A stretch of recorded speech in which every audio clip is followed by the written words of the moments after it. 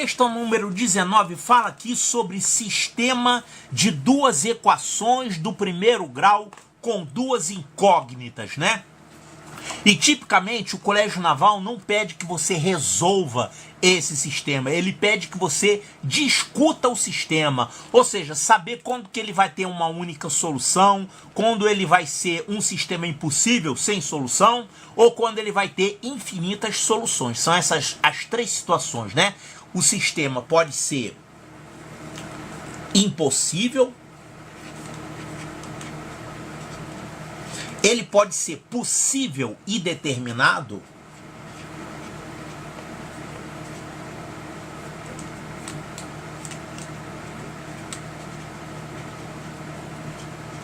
e também ele pode ser possível e indeterminado.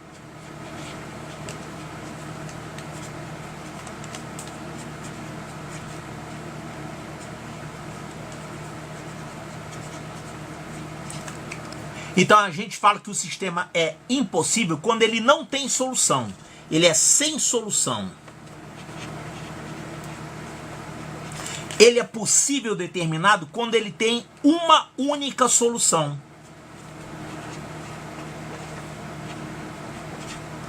E ele é possível indeterminado quando ele tem infinitas soluções.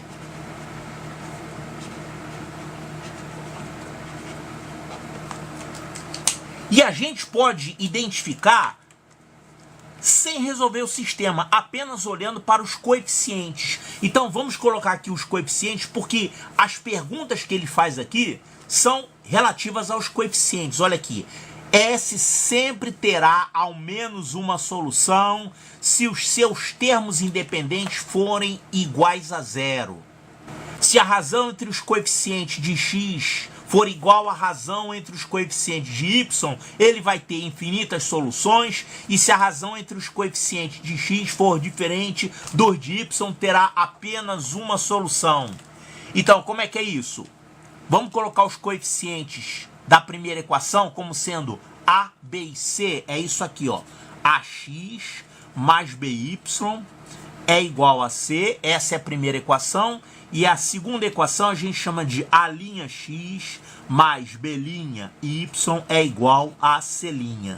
Então é isso, as duas equações. ABC, A'B'C, C' são os coeficientes de x e y, e aqui o termo independente.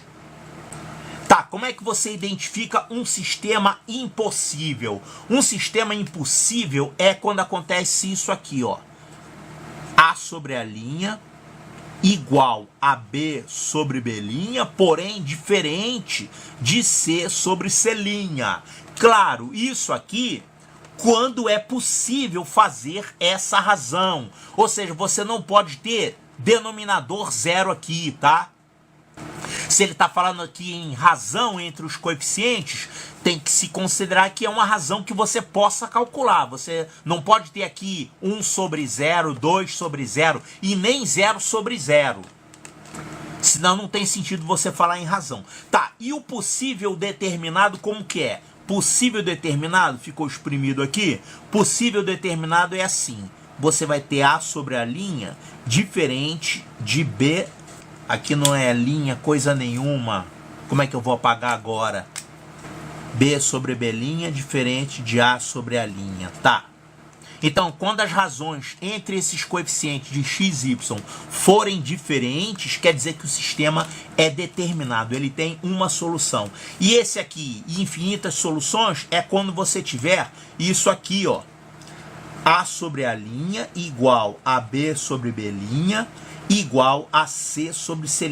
O que quer dizer isso aqui? Quer dizer que a equação é a mesma. Por exemplo, uma equação seria o dobro da outra.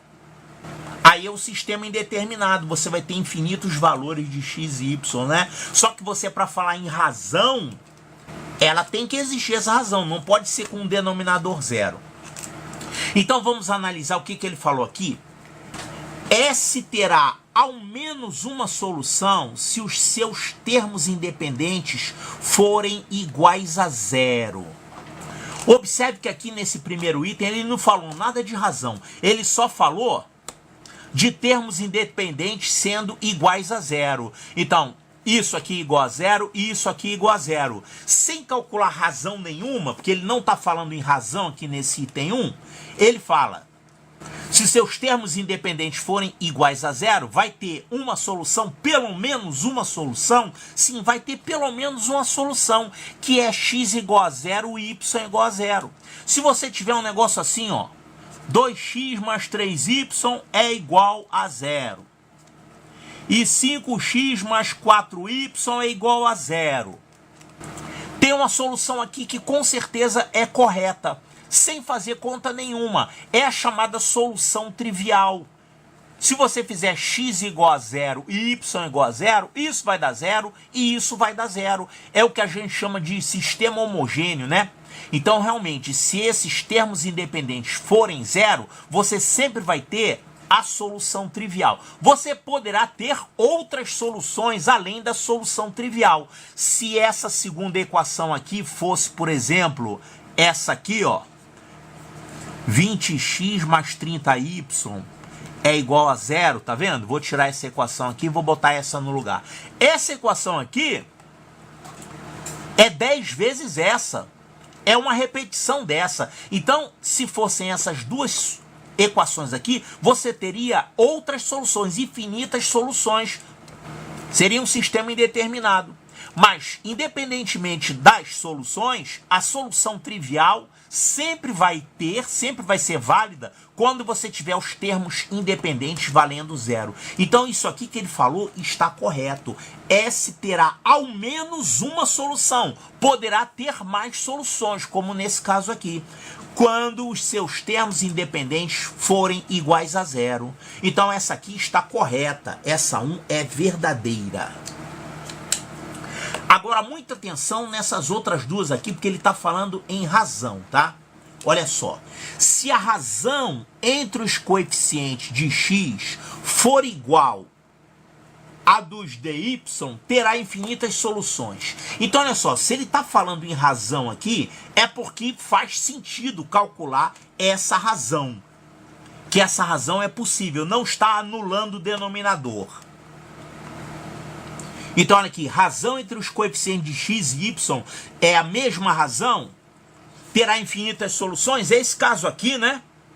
Mas observe que esse caso aqui também tem essas razões iguais. E ela não tem infinitas soluções, esse aqui seria um sistema impossível.